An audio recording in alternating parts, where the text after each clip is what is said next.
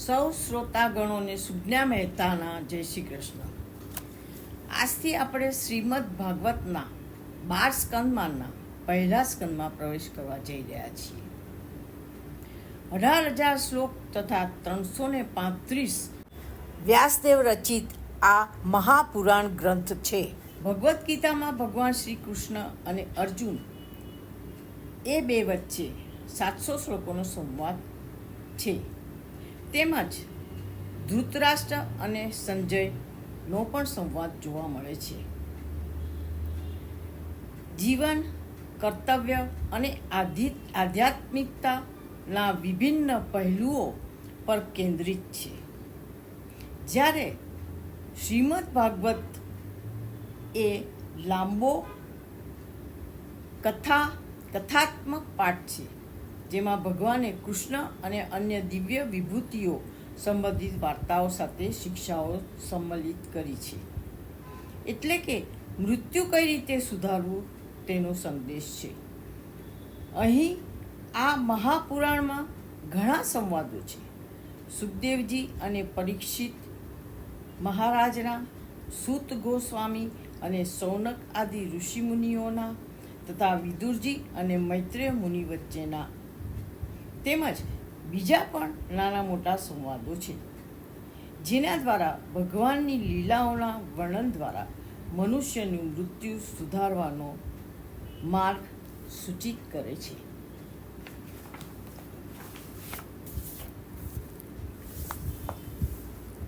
પ્રથમ સ્કંદની શરૂઆત કરતા શ્રી સુતજીએ સુખદેવનું મંગલાચરણ કરી જણાવ્યું, જેમણે શ્રીમદ ભાગવત નામનું અદ્વિતીય પુરાણ રાજા પરીક્ષિતને કહ્યું હતું.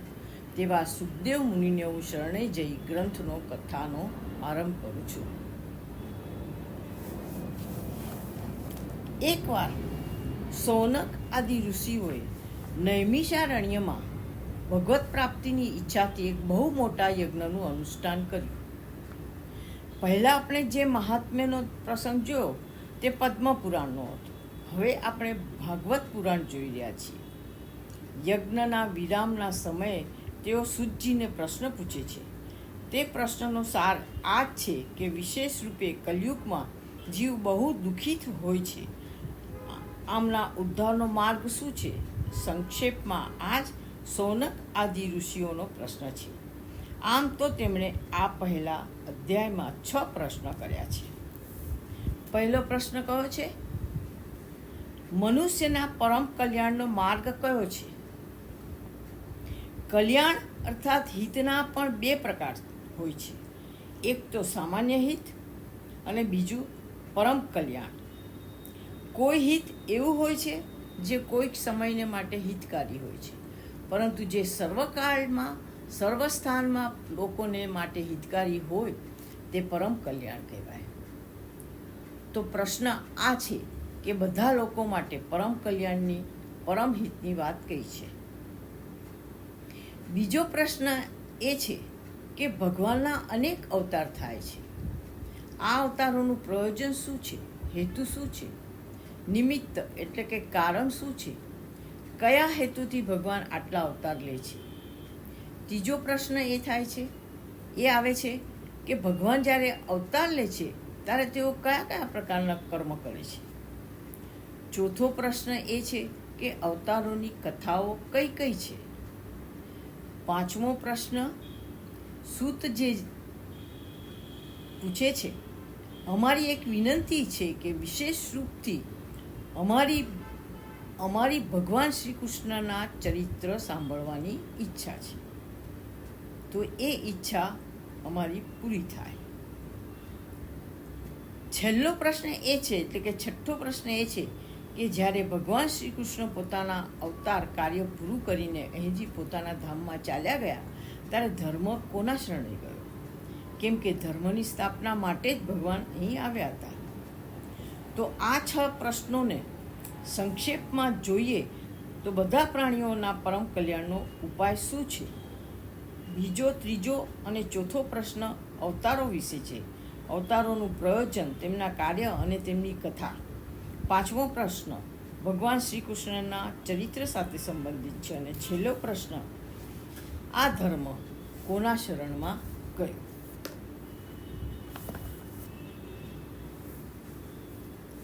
હે મહર્ષિઓ, મનુષ્યો માટે સાચો ધર્મ એ જ છે કે જેના વડે ભગવાન શ્રી કૃષ્ણમાં નિષ્કામ ભક્તિ પ્રગટે. ભક્તિ અડગ શ્રદ્ધાપૂર્વકની તથા કોઈ પણ ફળની ઈચ્છા રહિત હોવી જોઈએ. આવો ભક્તિ યોગ કરનાર માનવીનો અંતરાત્મા આનંદ પામે છે. તેને વૈરાગ્ય ઉત્પન્ન થઈ ઉપનિષદોનું જ્ઞાન સરળતાથી પ્રાપ્ત થાય છે. નાનકડા ઋષિબાળ નચિકેતાને જ્ઞાન પ્રાપ્ત કરવાની લગ્ની લાગતા તેણે યમરાજ પાસે એકમાત્ર આધ્યાત્મક જ્ઞાન જ માગ્યું હતું.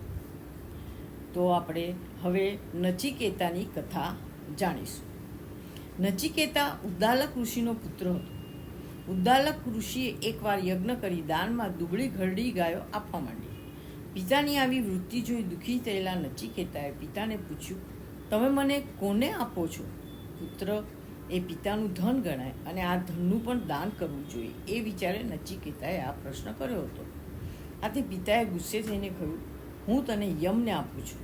નચિકેતાને તો પિતાના શબ્દો મનમાં એવા ઠસી ગયા કે તે યમરાજાના સ્થાન પર ચાલવા લાગ્યો. તે સમયે યમરાજ પોતાને ઘેર ન હોવાથી બાળક નચિકેતા ત્યાં 3 દિવસ સુધી ખાધા પીધા વિના ઊભો રહ્યો. પાછા ફરેલા યમરાજાએ નચિકેતાની નિષ્ઠા પર પ્રસન્ન થઈ 3 વરદાન માગવાનું કહ્યું.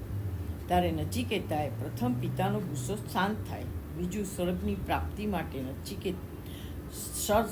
પ્રાપ્તિ માટે કરાવતા યજ્ઞના વિધિ વિધાનથી હું જાણકાર બનું, અને ત્રીજું મરણ બાદ આત્માની શી ગતિ થાય તેના વિશે જાણવાની ઈચ્છા કરી. તેનું ત્રીજું વરદાન બ્રહ્મવિદ્યાને લગતું હતું. તેથી યમરાજાએ તેને બીજા વરદાન માગવા અનેક રીતે લલચાયો, પણ તે અડગ રહ્યો. એટલે યમરાજાએ તેને બ્રહ્મજ્ઞાન આપ્યું. હવે આપણે આગળ ભગવાનના 24 અવતારો વિશે વાત કરીએ. ભગવાને ધર્મનું સ્થાપન કરવા અને જીવોનો ઉદ્ધાર કરવા માટે 24 અવતારો ધારણ કરેલા. તેમનો પહેલો અવતાર સનતકુમારનો, બીજો વરાહ અવતાર, ત્રીજો નારદ રૂપે, ચોથો નર નારાયણ નામના ઋષિ રૂપે, 5મો કપિલ અવતાર, 6થો દત્તાત્રેય અવતાર, 7મો અવતાર યજ્ઞ ભગવાનનો, 8મો વૃષભદેવનો, 9મો મહારાજ પૃથુનો અવતાર, 10મો મત્સ્ય રૂપે, 11મો કાચબાનો કચ્છપ રૂપે, 12મો ધન્વંતરીનો, 13મો મોહિની અવતાર, 14મો નૃસિંહ અવતાર, 15મો વામન અવતાર, 16મો પરશુરામનો, 17મો વ્યાસજીનો, 18મો રાજા રામનો, 19મો બલરામ અને 20મો શ્રી કૃષ્ણનો, 21મો બુદ્ધ અવતાર, 22મો કલ્કી નામનો અવતાર થશે. પહેલા ધર્મ તથા મનુ એ 2 અવતાર ગણાતા. શ્રી હરિ પરમાત્માના કુલ 24 અવતાર થાય છે. આ સર્વ અવતારોમાં કેટલાક ભગવાનના અંશરૂપ હતા અને કેટલાક વિભૂતરૂપ અવતારો છે. આ બધા અવતારો વિશે વર્ણનથી આપણે ખૂબ લાંબા વર્ણનથી આપણે આગળ જોઈશું. હવે આપણે વ્યાસજી અને નારદજી વચ્ચેનો સંવાદ જોઈએ. શ્રી સોનકે કહ્યું, હે સૂતજી, શ્રીમદ ભાગવતની કથા કયા યુગમાં, કયા સ્થળે અને કયા કારણે થઈ? વ્યાસજીએ ભાગવત પુરાણની રચના શા માટે કરી? રચના બાદ તેનો પ્રસાર કેવી રીતે કર્યો?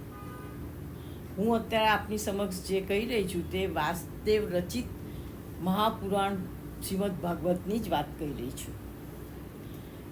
સૂતજીએ કહ્યું, દ્વાપર યુગમાં પરાશર ઋષિ અને સત્યવ્રતીથી ભગવાનના અંશરૂપે યોગી વ્યાસનો જન્મ થયો હતો. તેઓ ભૂત ભવિષ્ય જાણનારા હતા. એક સમયે તેઓ પવિત્ર થઈ ધ્યાનમાં બેઠા હતા કે તેમને કલયુગના દર્શન થયા. કલયુગના મનુષ્યો વિલાસી, સત્વહીન, દુર્બુદ્ધિ, અંધશ્રદ્ધાળુ, ઓછા આયુષ્યવાળા જાણી તેમણે વેદના અશ્રદ્ધાળુ અને ઓછા આયુષ્યવાળા જાણી તેમણે વેદના 4 વિભાગ કર્યા: ઋગ્વેદ, યજુર્વેદ, સામવેદ અને અથર્વવેદ. હવે આ કલયુગની વાત આવી તો એ પહેલાં તમને જણાવી દઉં કે એક મહાયુગ 4 યુગોનો બનેલો છે. સૌથી પહેલાં સત્વયુગ હતો, જેમાં મનુષ્યની ઉંમર 1 લાખ વર્ષની હતી. ત્યાર પછી આવ્યો બીજો યુગ, ત્રેતાયુગ. તેમાં મનુષ્યની ઉંમર 10,000 વર્ષની હતી. ત્યાર પછી આવ્યો દ્વાપર યુગ. તેમાં મનુષ્યની ઉંમર 1000 વર્ષ હતી. અને હવે કલયુગ જે અત્યારે ચાલી રહ્યો છે તેમાં મનુષ્યની ઉંમર લગભગ 100 વર્ષની હોય છે. ઋષિઓ અને તેમના શિષ્યોએ આ વેદના અનેક ભાગ કર્યા. વ્યાસજીને થયું કે વેદના તાત્પર્યનું, વેદના તત્વનું મનુષ્યને જ્ઞાન થશે નહીં, એટલે તેમણે 17 પુરાણોની રચના કરી. સ્ત્રી, પતિ, શૂદ્ર, દ્વિજાતિ આદિ વેદ શ્રવણના અધિકારી ન હોવાથી વ્યાસજીએ તેમના કલ્યાણ અર્થે મહાભારતની રચના કરી. છતાં તેમના મનને શાંતિ મળતી નથી. તેઓ એકાંતમાં બેસી આત્મનિરીક્ષણ કરવા લાગ્યા. તે વખતે તેમના આશ્રમમાં નારદજી પધાર્યા. વ્યાસજીને ચિંતામાં વ્યથિત થયેલા જાણી નારદજીએ તેમની ચિંતાનું કારણ પૂછ્યું. ત્યારે વ્યાસજીએ કહ્યું, મેં સર્વ ધર્મ જાણ્યા છે, સનાતન બ્રહ્મનો વિચાર કર્યો છે, છતાં મારો આત્મા સંતોષ પામતો નથી. તેનું કારણ શું? ત્યારે નારદજીએ કહ્યું, હે મુનીશ્વર, આપે મહારાજના ગ્રંથોનું નિર્માણ કર્યું, બ્રહ્મસૂત્રમાં વેદાંતની ચર્ચા કરી, પુરાણોમાં વર્ણાશ્રમ ધર્મનું વર્ણન કર્યું, પરંતુ ધર્મ, જ્ઞાન અને યોગના આધાર એવા શ્રીકૃષ્ણની કથા આપે પ્રેમપૂર્વક વર્ણવી નથી. આથી આ ભગવાનની લીલાઓનું વર્ણન કરો. તમે એવું પ્રેમશાસ્ત્ર રચો કે સર્વ કોઈ કૃષ્ણ પ્રેમમાં પાગલ બને. આથી તમારા જીવને શાંતિ મળશે. માટે જ કહ્યું છે કે જો જીવનમાં શાંતિ જોઈતી હોય અથવા મૃત્યુને શાંતિથી આવકારી શકીએ તે માટે શ્રીમદ ભાગવત વાંચવાની ખૂબ જ જરૂર છે. અને વાંચી સ્મરણ મનન ચિંતન કરવું જોઈએ. આ માટે વ્યાસને ખાતરી થાય તે માટે નારદજીએ પોતાના પૂર્વજન્મની કથા કહેવાની શરૂ કરી. હવે આપણે જોઈએ મહર્ષિ નારદજીની કથા. પૂર્વજન્મમાં હું વેદ જાણનાર બ્રાહ્મણની એક દાસીનો પુત્ર હતો. નાનપણમાં જ પિતાના મરણ બાદ મારી માતા દાસીનું કામ કરી મને ઉછેરતી હતી. મારા પુણ્યનો ઉદય થતાં અમારા ગામમાં એક સાધુ સંતોની મંડળી આવી ચડી. ગામ લોકોએ તેમની સેવામાં મને રાખ્યો. હું નાનો હોવા છતાં તેમની ખૂબ જ સેવા કરવા લાગ્યો. તેમની સેવાથી મારા અંદરના વિકારો નાશ પામ્યા. તેમના સત્સંગથી મને ભક્તિનો રંગ લાગ્યો. ગુરુએ મારું નામ હરિદાસ રાખ્યું. મારા ગુરુજીના ઈષ્ટદેવ બાલકૃષ્ણ હતા. તેથી કથામાં શ્રી કૃષ્ણને ઘણી બાળ લીલા સાંભળવાની અને કન્યા તરફ આકર્ષણ થયું. તેનાથી મારા રજોગુણ તમોગુણનો નાશ થતાં સાત્વિક ભક્તિ પ્રાપ્ત થઈ. એક દિવસ મારી સેવાથી પ્રેરાઈ મારા ગુરુદેવે મને પોતાના જમવામાંથી થોડી પ્રસાદી આપી. આ મહાપ્રસાદથી મારા સર્વ દુઃખો દૂર થયા. આ યોગીઓ જ્યારે અમારા ગામમાંથી બીજે ગયા ત્યારે તેમણે મને સાક્ષાત ભગવાને કહ્યું એવું ગુહ્યતમ જ્ઞાન કહ્યું. તેમણે મને વાસુદેવ ગાયત્રીનો મહામંત્ર આપ્યો. મેં યોગીજનોએ આપેલા ઉપદેશનું સારી રીતે આચરણ કર્યું. શ્રી હરિએ મને જ્ઞાન, ઐશ્વર્ય અને ભક્તિ આપ્યા. હે મુનિ, તમે પણ ભગવાન શ્રી હરિનો યશ વર્ણવો કે જેથી તમારા મનને શાંતિ મળે. હું મારી માતાનો એકનો એક પુત્ર હોવાથી તેની પાસે રહ્યો. તેનો મારા સિવાય બીજો કોઈ આધાર નહોતો. હું માતાનો સ્નેહ ક્યારે વિરામ પામે તેની રાહ જોતો હતો. એક દિવસ સાપના કરડવાથી માતાનું મૃત્યુ થયું અને મુક્ત થયો. મેં ઘરબાર છોડી ઉત્તર દિશા તરફ પ્રયાણ કર્યું. હું એક નિર્જન જંગલમાં ગયો. નજીકમાં વહેતા ઝરણામાં પ્રથમ સ્નાન કરી પાણી પીધું. પછી એક પીપળાના ઝાડ નીચે બેસી ગુરુદેવે આપેલા ઉપદેશ પ્રમાણે હૃદયમાં રહેલા પરમાત્માનું ચિંતન કરવા લાગ્યો. ભાવાવેશમાં મારા નેત્રોમાંથી જળ વહી રહ્યા હતા. મને સમાધિ લાગી ગઈ અને તે જ સમયે પ્રભુ મારા હૃદયમાં પ્રગટ્યા. તેમણે મને કહ્યું, તને આ જન્મમાં મારા દર્શન થશે નહીં. ફક્ત મેં મારા સ્વરૂપની તારા હૃદયમાં ઝાંખી કરાવી છે, જેથી તારી ભક્તિ દ્રઢ થાય. તું આ નિત્ય લોકોને તજી મારું પાર્ષદપણું પામીશ, એટલે કે મારો સેવક થશે. તારી બુદ્ધિ મારામાં દ્રઢ થવાથી તારી સ્મૃતિ કદી નાશ પામશે નહીં. આમ કહી પ્રભુ બોલતા બંધ થયા અને હું તેમને પ્રણામ કરી પૃથ્વી પર ફરવા લાગ્યો. સમય પસાર થતાં ભગવાને કૃપા કરી મને પોતાનામાં કાયમને માટે સમાવી લીધો. 1000 યુગ બાદ ભગવાન યોગ નિદ્રામાંથી જાગૃત થયા ત્યારે બ્રહ્મદેવે આ જગત ફરીથી રચવાનો સંકલ્પ કરતા તેની ઇન્દ્રિયોમાંથી હું અને મરીચ્યા આદિ ઋષિઓ ઉત્પન્ન થયા. વિષ્ણુ ભગવાનની કૃપાથી હું ત્રણેય લોકમાં સ્વેચ્છાએ વિહાર કરું છું અને ભગવાને આપેલી વીણા વગાડી તેમની લીલાઓનું ગાન કરતો સમસ્ત જગતમાં ફરું છું. આમ વ્યાસજીના મનનું સમાધાન કરી નારદજી વીણા વગાડતા વગાડતા ત્યાંથી વિદાય થયા. નારદજીના ગયા બાદ વ્યાસજી સમાધિસ્થ થયા ત્યારે તેમની આંતરદ્રષ્ટિ ખુલતા ભાગવત ભગવાનનો સાક્ષાત્કાર થતાં તેમણે બાલકૃષ્ણ લીલાઓનું વર્ણન કર્યું. શ્રીમદ ભાગવતની રચના કરી. વ્યાસજીએ આ ગ્રંથનો પ્રસાર કરવા માટે પોતાના પુત્ર સુખદેવને પસંદ કર્યા, જે જન્મથી જ નિર્વિકાર હતા. વ્યાસજીએ તેમને ભાગવતનું અધ્યયન કરાવ્યું. હવે આપણે જોઈએ અશ્વસ્થામાની કથા. કુરુક્ષેત્રમાં જ્યારે ભીમસેનની ગદાથી દુર્યોધનની સાથળો ભાંગી ગઈ ત્યારે રાજા દુર્યોધનને ખુશ કરવા માટે અશ્વસ્થામાએ પાંડવોને મારી નાખવાનું નક્કી કર્યું. તેણે ભૂલથી પાંડવોના નિદ્રાવશ 5 પુત્રોને મારી તેમના મસ્તકોને દુર્યોધન પાસે હાજર કર્યા. તેના આ કાર્યથી પાંડવો ખૂબ જ શોકાતુર બની ગયા. દ્રૌપદીના અત્યંત આક્રોશથી અર્જુને અશ્વસ્થામાનું મસ્તક કાપી લેવાનું દ્રૌપદીને વચન આપી ગાંડીવ લઈ અશ્વસ્થામા પાછળ દોડ્યો. ગાંડીવ એટલે ધનુષ્ય. અર્જુનને આવતો જોઈ અશ્વસ્થામા પ્રાણ રક્ષાની ઈચ્છાથી નાસવા લાગ્યો. તેને ક્યાંય શરણ ન મળતા તેને બ્રહ્માસ્ત્ર ફેંકવાનું નક્કી કર્યું, પરંતુ તે બ્રહ્માસ્ત્ર પાછું ખેંચવાની ક્રિયા જાણતો ન હતો. છતાં બ્રહ્માસ્ત્ર છોડ્યું. શ્રી કૃષ્ણની સલાહથી અર્જુને પણ બ્રહ્માસ્ત્ર સામે બ્રહ્માસ્ત્ર છોડ્યું. 2 અસ્ત્રો ટકરાતા ત્રણેય લોક બળવા લાગ્યા. શ્રી કૃષ્ણની સલાહથી અર્જુને 2 અસ્ત્રો પાછા ખેંચી લઈ અશ્વસ્થામાને પકડી દોરડા વડે બાંધી દ્રૌપદીની સામે રજૂ કર્યો. ત્યારે અશ્વસ્થામાએ ને જોઈ દ્રૌપદીનું હૃદય દ્રવી ગયું. તે બોલી, આને છોડી દો. મારે આંગણે બ્રાહ્મણનું અપમાન થાય તે મારાથી જોવાતું નથી. તેને મારશો નહીં.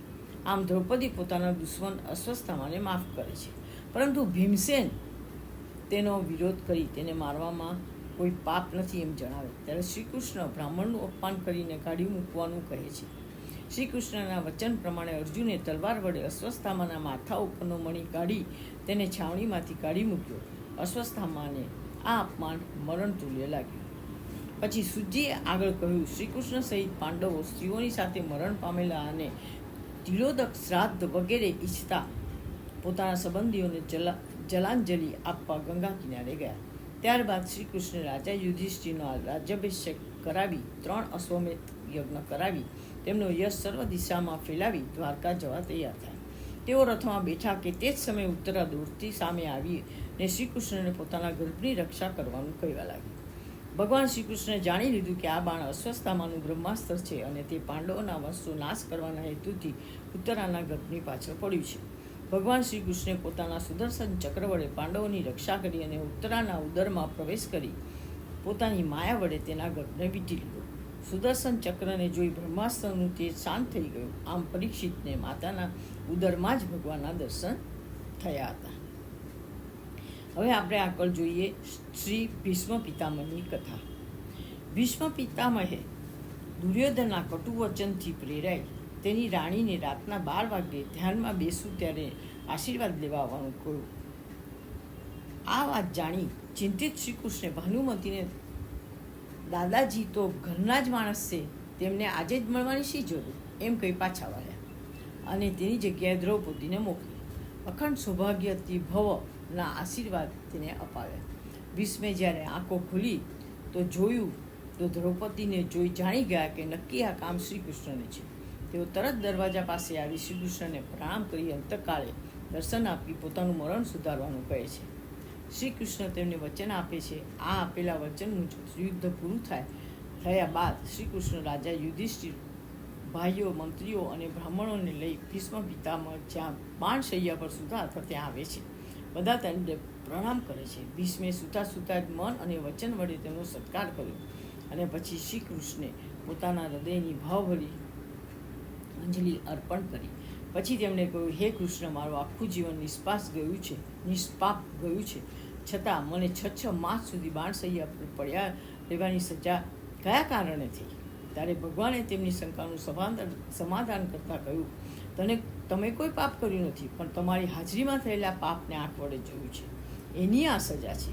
તમે ભર સભામાં દ્રૌપદીનું વસ્ત્રાહરણ થતું જોયું, તેની આ સજા છે. એ પિતામહ રાજા યુધિષ્ઠિર આ યુદ્ધથી થયેલા વિનાશ માટે તેમજ સગા સંબંધીઓના મરણ પાછળ પોતાને જવાબદાર ગણે છે. ત્યારે ભીષ્મ પિતામહ રાજા યુધિષ્ઠિરને ધર્મોપદેશ આપે છે. છેલ્લે ભીષ્મ પિતામહે શ્રી કૃષ્ણની સ્તુતિ કરી ઉત્તરાયણના સૂર્યને જોઈ ભીષ્મે વાણી બંધ કરી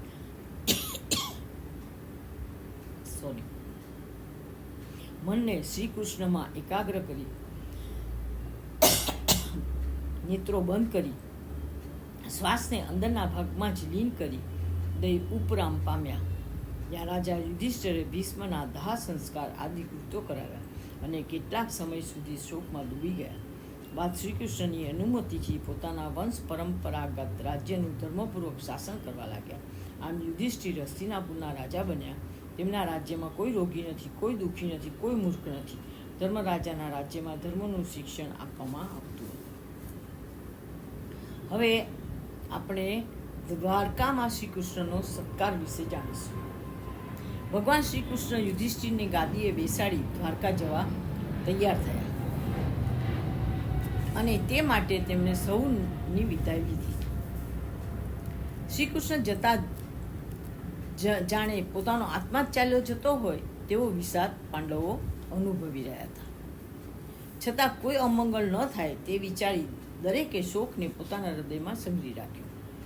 અર્જુને શ્રી કૃષ્ણને મોતીઓની માળાઓથી શોભતું રત્નના દોરાવાળું ધોળું છત્ર તેમના પર ધર્યું. રાજા યુધિષ્ઠિરે શ્રી કૃષ્ણના રક્ષણાર્થે ચતુરંગી સેના સાથે અર્જુનને મોકલ્યો.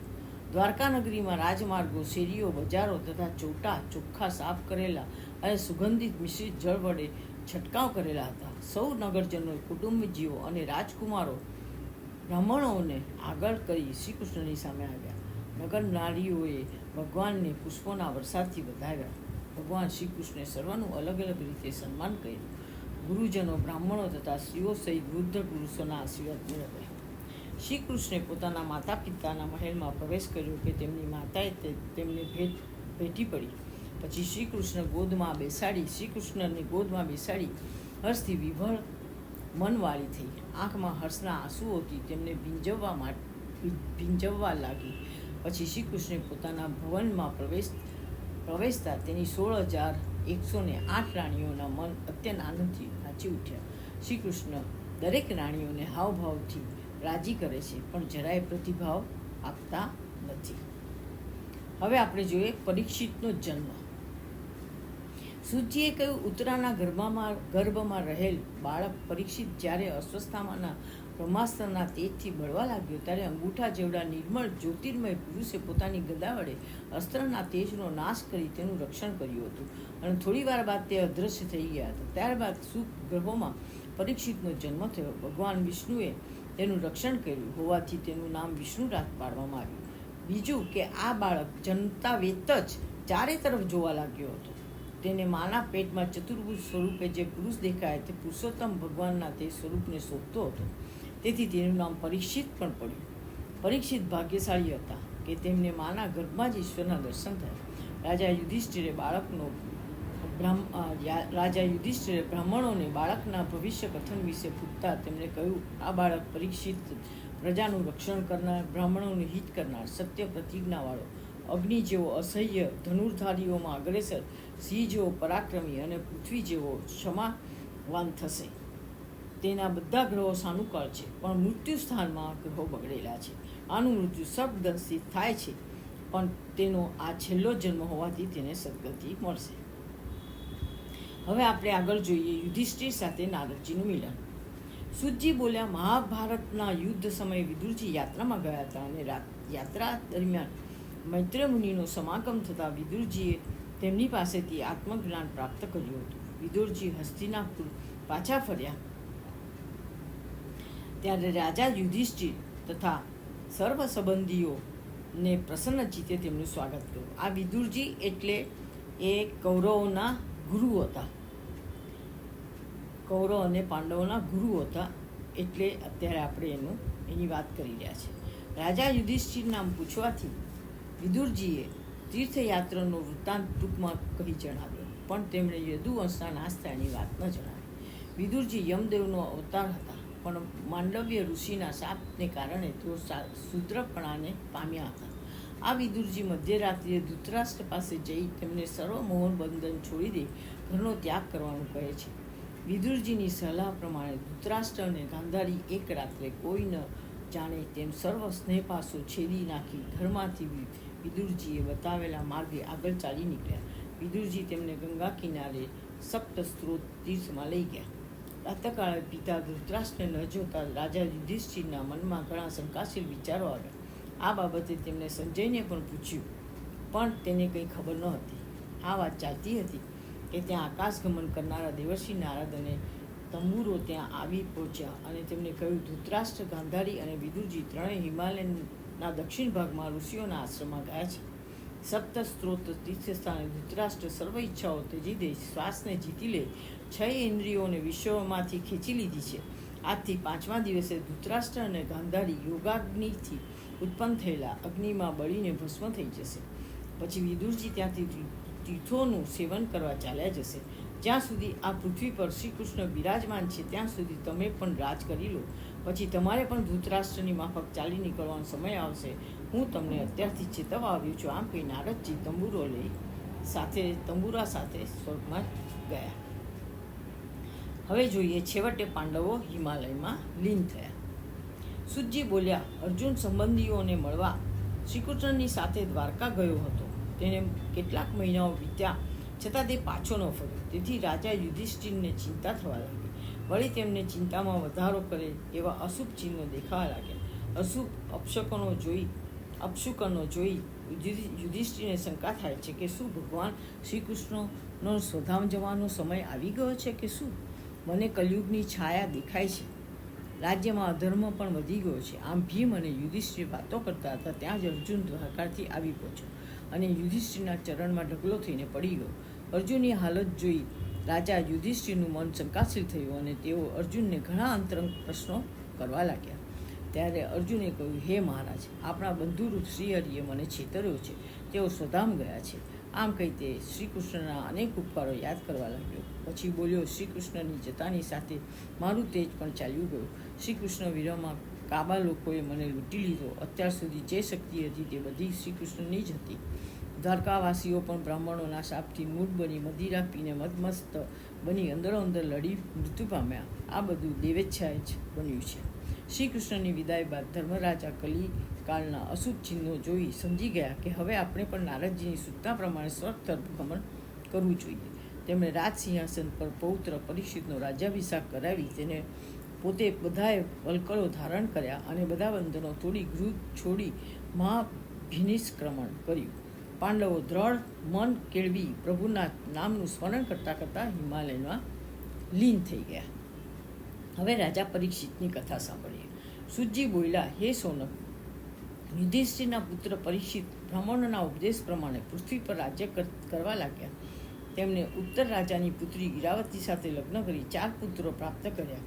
તેમણે સાંભળ્યું કે પોતાના દેશમાં કલયુગનો પ્રવેશ થઈ ચૂક્યો છે, એટલે તેણે કલયુગને શિક્ષા કરવા હાથમાં ધનુષ લઈ રથ, ઘોડા, હાથી તથા પાયદળવાળી સેના સાથે દિગ્વિજય માટે નગરમાંથી નીકળી પડ્યા.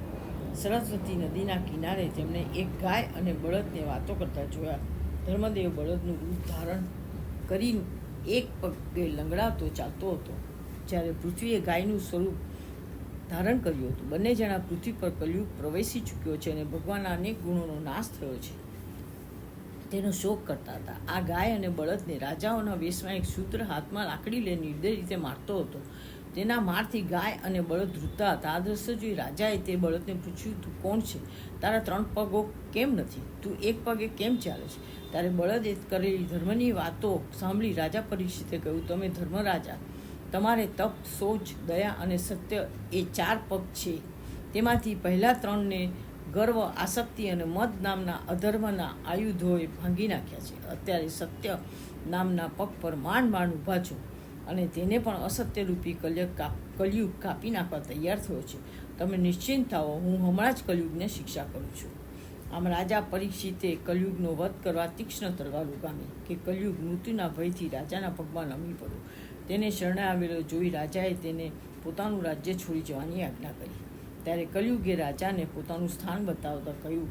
ત્યારે રાજાએ તેને જુગાર, મદિરાપાન, હિંસા અને સ્ત્રીઓ ઉપરાંત સુવર્ણ અને વેદ એ 6 સ્થળોએ રહેવાની આજ્ઞા આપતા કલયુગ ત્યાં ચાલ્યો ગયો. પરીક્ષિત રાજાએ ધર્મના નાશ પામેલા પગ, તપ, શૌચ અને દયા એ ત્રણેય સાંધી આપ્યા, અર્થાત તેનો પ્રચાર કરાયો, જેથી ધર્મ નિર્ભય બન્યો અને પૃથ્વીની પણ આબાદી થઈ. એક દિવસ રાજા પરીક્ષિતને જિજ્ઞાસા થઈ, દાદાએ મારા માટે ઘરમાં શું રાખ્યું છે? એ જોવા એક પેટી ખોલી તો તેમાંથી એક સોનાનો મુકટ નીકળ્યો. તેને વગર વિચારી એ મુકટ માથે મૂકી દીધો. એ મુકુટ જરાસંઘનો હતો. તે મુકુટ ભીમ જરાસંઘના પુત્ર સહદેવને રડાવીને લઈ આવ્યો હતો. તે અનિતિનું ધન હોવાથી કલીએ રાજાએ પરીક્ષિતની બુદ્ધિમાં પ્રવેશ કર્યો. રાજા તે મુકુટ પહેરીને જંગલમાં શિકાર કરવા ગયા. ભૂખ તરસને કારણે તેઓ સમીક ઋષિના આશ્રમમાં પ્રવેશ્યા.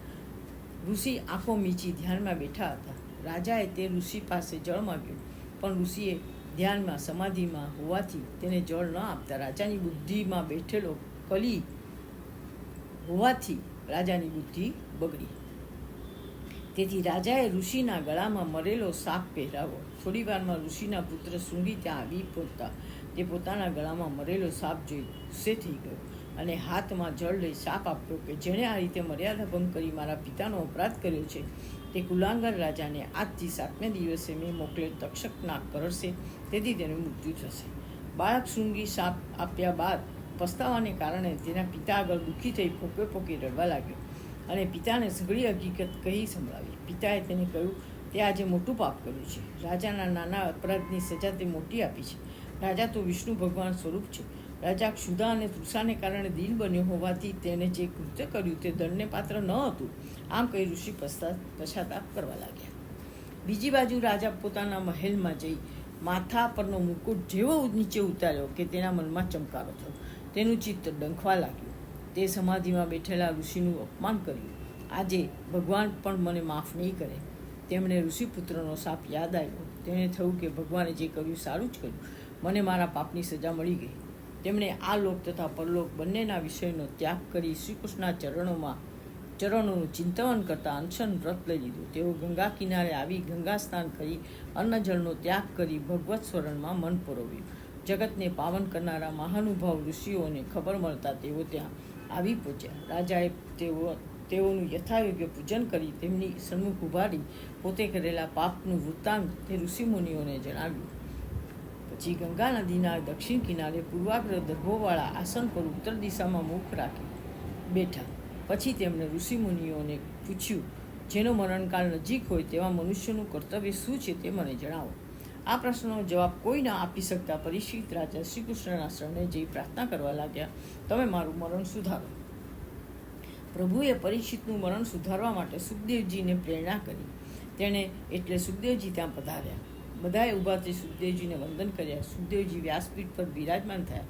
એટલે પરીક્ષિત રાજાએ કહ્યું, હું તો અપરાધી ક્ષત્રિય છું, છતાં આપે મારા પર કૃપા કરીને દર્શન આપ્યા, તેથી હું ધન્ય થયો છું.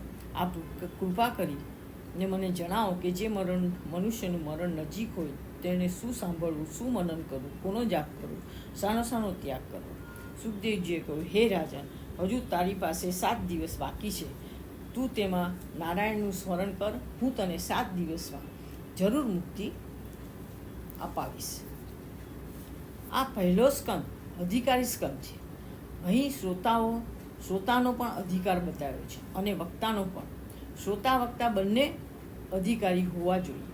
તેથી કહેવામાં આવ્યું છે કે જે માણસમાં ભગવાનની ભક્તિ નથી, વિષયોથી વૈરાગ્ય નથી, ભગવત કથામાં પ્રેમ નથી, તે વ્યક્તિને કથા કહેવાનો કંઈ અધિકાર નથી. આપણે જે કથા કરીએ છીએ તેનું પ્રયોજન એ જ છે કે આવી ભક્તિનો મનમાં ઉદય થઈ જાય. જ્યારે રાજાએ આ પ્રમાણે બહુ જ મધુર વાણીમાં પ્રશ્નો પૂછ્યા ત્યારે સમગ્ર ધર્મના મર્મજ્ઞ વ્યાસપુત્ર ભગવાન સુખદેવજી તેમને ઉત્તર આપવા લાગ્યા.